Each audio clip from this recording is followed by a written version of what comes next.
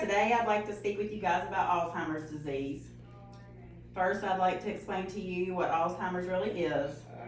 Alzheimer's is an irreversible progressive brain disorder that slowly destroys memory and thinking skills and eventually the ability to carry out the simplest tasks. According to Alzheimer's disease fact sheet, Alzheimer's is the most common cause of dementia among older adults. Dementia is the loss of cognitive function, thinking, remembering, and reasoning, and behavioral abilities to such an extent that it interferes with a person's daily life and activities. Alzheimer's disease is named after Dr. Alois Alzheimer, a German neurologist. In 1906, Dr. Alzheimer noticed changes in the brain tissue of a woman who had died of an unusual mental illness.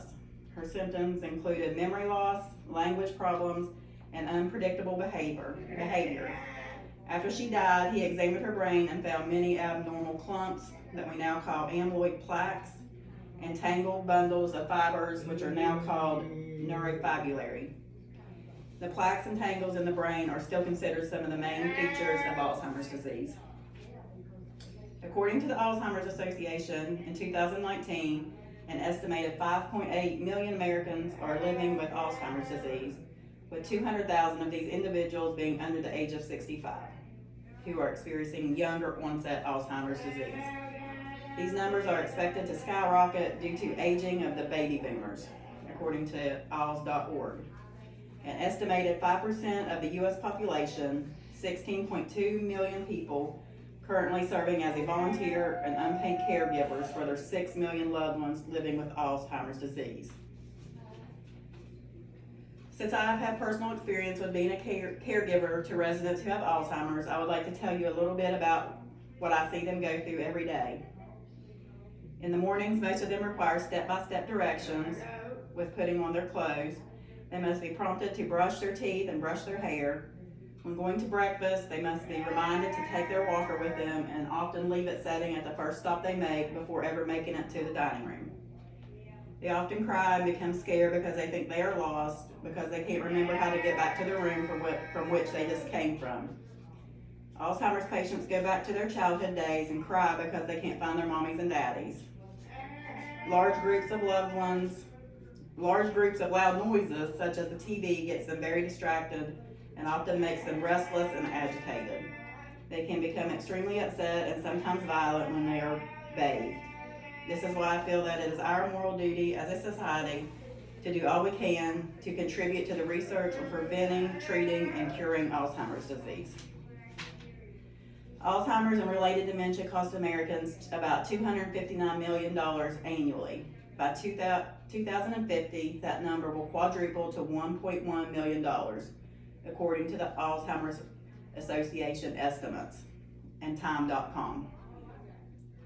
Due to the increase in life expectancy and the demographic peak of the baby boomers moving into retirement age, meaning that we are looking at a massive problem that's only going to increase. The number of people with Alzheimer's is estimated to reach 7.1 million by 2025, a 40% increase from the 5 million currently affected. By 2050, the number of people 65 and older with Alzheimer's is projected to nearly triple to 13.8 million unless treatments or cures are developed, according to Banner Alzheimer Institute. According to Merle Comer, president of the Jeffrey Bean Foundation Alzheimer's Initiative, in an interview with A Place for Mom, the government spends $200 billion annually on the care of Alzheimer's patients, but less than 1% on Alzheimer's research. Funding from the National Institute of Health show that in 2013, research was estimated at $449 million, whereas AIDS research was estimated at $3 billion and cancer research at $5.4 million. We need to raise awareness and advocate for the need of increased funding for Alzheimer's research before the massive increase in Alzheimer's patients occurs. There are many ways funding is used by the Alzheimer's Association, including, but not limited to, scientific research, disease care, support, awareness, advocacy, case studies, clinical trials, pharmacological drug research, and too many other things to mention, according to ALS.org. How many of you have a family member or know someone living with Alzheimer's? Raise your hand. How many of you have ever donated to the Alzheimer's Association or volunteered for one of their fundraisers? Raise your hand. Anyone can help donate to the Alzheimer's Association. Even if you do not have the extra money, there are still ways to volunteer or organize a fundraiser. Every year, volunteers host an event called Walk to End Alzheimer's at the Appalachian Power Park in Charleston. In 2019, there were 656 participants, making 115 teams. The goal was to raise $120,000, and they raised $109,429. And that's an amazing donation, but just a drop in the bucket when it comes to the cost of funding all the aspects that is required to help manage, reverse, and eventually cure Alzheimer's disease. If you are interested in participating in this event, you may contact Nicole Neesmith.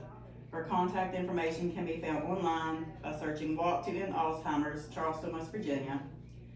There are several other ways to volunteer, including support groups, community educators, faith outreach representatives, or become an advocate to help make Alzheimer's a national priority. Nicole can also steer you in the right direction to find out more details on these programs. Donating to charity is a major mood booster. The knowledge that you're helping others is very empowering and in turn can make you feel happier and more fulfilled. Giving to charity strengthens your personal values, makes you a good role model, and introduces your children to the importance of generosity. It also encourages your friends and family to do the same and is often tax deductible. The more donations that can be obtained will in turn help provide the resources needed for more research. In conclusion, Alzheimer's disease is a terrible disease that affects millions of mothers, fathers, aunts, uncles, grandmothers, and grandfathers, their children, and their caregivers. The more monetary donations that can be given and or raised increases the chances of finding the cure. Millions of people's lives are depending on this. I encourage each of you to volunteer or contribute to the Alzheimer's Association. You may go to www.alz.org to make a monetary donation by clicking Donate at the top of the screen, entering your information and the amount you would like to donate, and click the blue Donate Now button. You never know if or when Alzheimer's disease could take over your life or the life of one of your loved ones.